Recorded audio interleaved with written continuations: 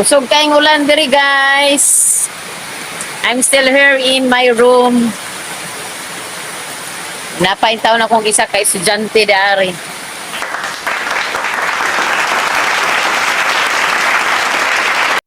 Pasa magkaing dalan guys.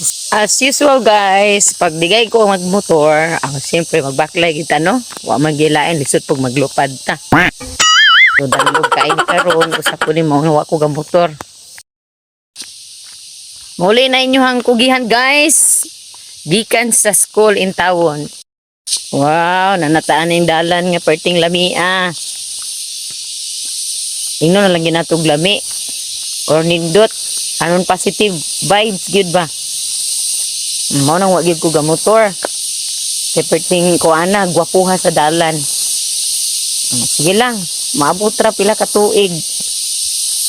Maayo ra siguro ni.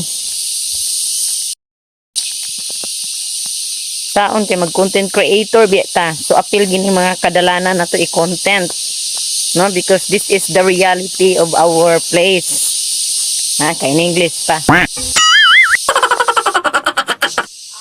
Thank you Lord sa dala na mong nindot kaayo, ngalapo kaayo. At least makaagi pa ning tao. Ayo! Ablihin tawon. Kumusta sa inyong gibuhat dire? Kaan makaon. Kaon na makaon, wow. Kumusta na dik?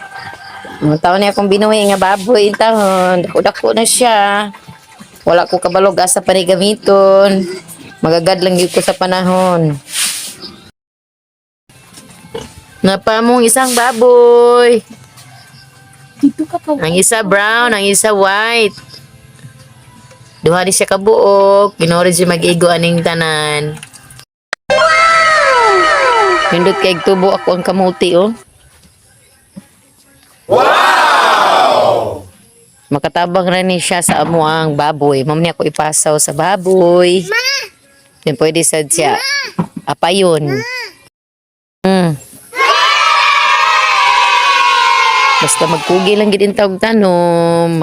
Naragig kay maani. Aka na oh. Tapos kana siya amo ang kamunggay. Yahoo! Manilhig na putaan ni guys. Mga kugihan. Kaya kugihan kaya taman limpyo na itong palibot.